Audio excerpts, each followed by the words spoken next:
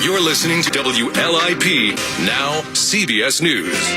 And we are back. Welcome, everyone. What can I say? If you've ever watched Jerry Springer, Hardcore Pawn, or the Steve Wilkos Show, and you pay attention to the credits, you may already recognize the name of our next guest. That would be writer-producer Luana Figueroa.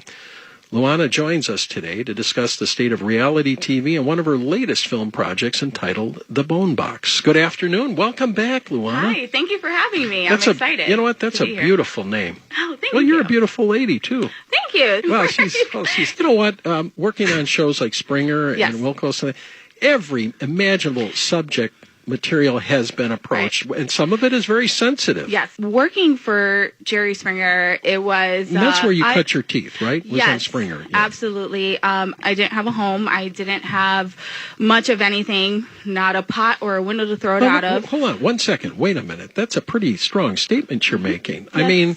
How did you, me and my family lived in a car at one point. Really? So now, okay, but if you apply for a job, don't you have to have an address? I was discovered. I was actually discovered by Richard Dominick, and he discovered me. He was the creator of Jerry Springer, and seen something in me. I actually was there as an audience member. I was not even supposed to be there. I ended up being there. I got a ticket on a whim, and showed up. Wait. And at that point, you were between households, or you were... Yes, I was in between households. I just ended up happening to be there at that time, and they... I always have something to say because I'm Puerto Rican, and Puerto Ricans have a lot to say.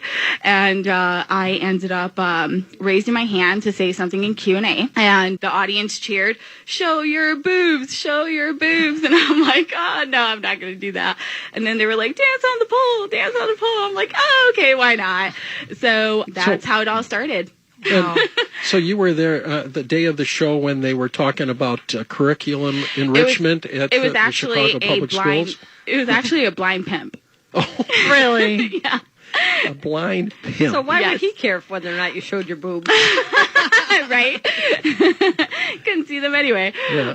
But yeah, so that's how I ended up getting my start, and ever since then. Okay, so wait a minute. Okay, let's back up here because I think there's more details here. Absolutely. Okay, so obviously you interacted. You were quick on your feet with the audience. So Richard Dominick, who is legendary in the industry, I call him the guru. Yes, he really is. He saw some sort of a spark there, right? Yes. Okay, so then, the show gets done. Then what happened? Did somebody from his staff come over? Yes. Or? Steve Wilkos came up to me, and he says, "Somebody wants to speak with you, and would you be willing to talk with him?" I said, "Absolutely." And I went and talked with him. He says, "What do you do? Where are you from?" And I'm like, I'm not really doing nothing. I worked at 2 different Dunkin' Donuts at the time. Well, why not one? I needed more money. Okay. So I had to live, survive. Well, it's also about being in the right place at the right time. Yes. And being prepared. Yes. If and when that opportunity comes, which you obviously were. But... And it was a ripple effect for me because now I have 2 younger sisters, Diamond and Destiny. My little sister, Diamond, she's amazing. She's an artist and went to the Art Institute in Chicago. And my other sister, she's following the footsteps. Her name's Destiny, and she is going to film school. Now they are going into the industry, and it's just like, it's you so opened the beautiful. Door. Now, Hardcore Pawn. I remember we were sent, do you call them screeners? We got an episode was sent to us before it made its premiere on TV. Okay. In fact, the first time we had Les on our show was before the show even played. I remember on the that. air. Yeah. Now, you were a longtime producer of that show, 120 plus episodes. Yes. I mean, you were there at the beginning, weren't you? Yes, and it was a very, very rough place to be. Very dangerous, depending on if you want it to be dangerous, because some people say, you know everybody here, you should be the mayor. But it's a sketchy neighborhood, right? Absolutely. Very. We're talking about Detroit. That's where the show is based on. Very successful show. Yes.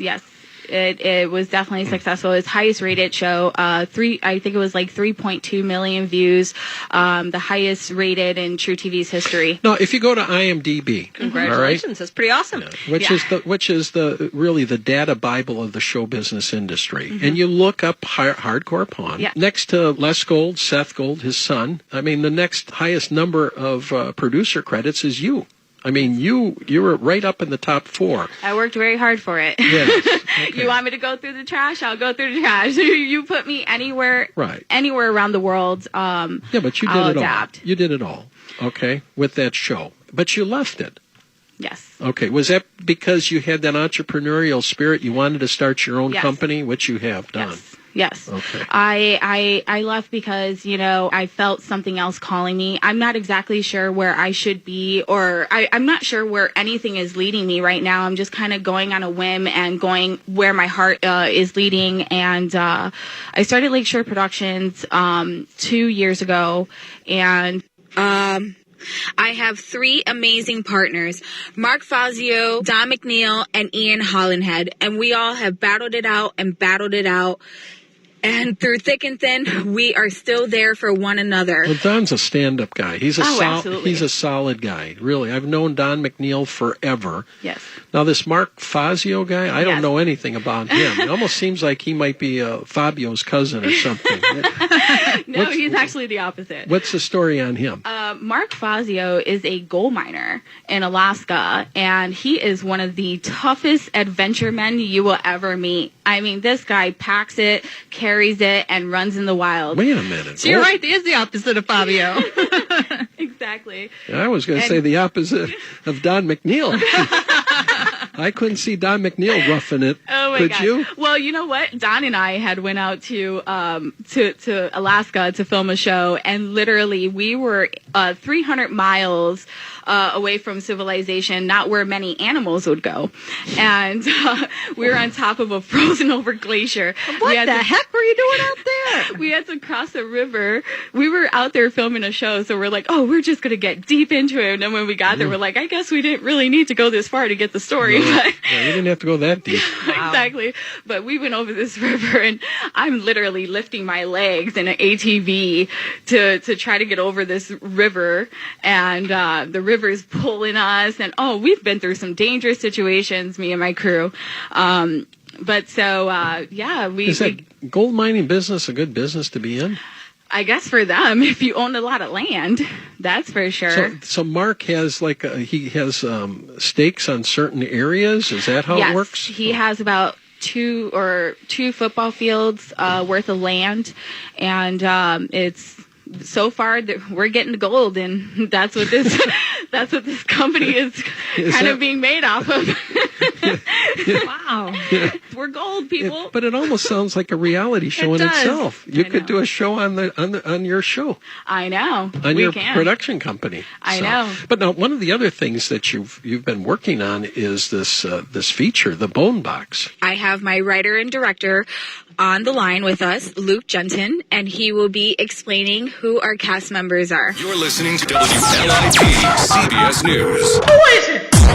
Hi, thanks for having us on the show to talk about the film. This is awesome. So our cast includes Maria Olsen, who you're actually going to be talking to later. She's best known for films like The Lords of Salem, Percy Jackson and the Olympians, The Lightning Thief, and Starry Eyes. The leading and supporting cast members include Nicholas Brendon, who's best known for Buffy the Vampire Slayer, Michelle Krusiak from the film The Invitation, and David Chokachi from Baywatch. We also have some relative newcomers in the cast, like Gareth Curzon from a film called The Black That Follows, and Tess Belomo with a web series called Liked. To keep up to date with the film's progress as we move into production, which is pretty soon, April 10th, you can follow me on Instagram. My handle is @Luke Genton. We can't wait to share the film with you. You're listening to WLIP CBS News. Who is it? But it's an amazing journey that Lakeshores have been going on, and we didn't think that we were going to get into movies or want to get into movies. We weren't exactly sure what we were doing. We were just like... that's got to be so much different than reality television. Absolutely. I'm very, very positive about what's going to happen, and I think that this is going to take Lakeshore Productions to the next level. All right. You heard it from the lips of Luana Figueroa. Let's take that break. When we come back, Maria Olsen's going to join the conversation right here, 1050 WLIP. You're listening to WLIP CBS News.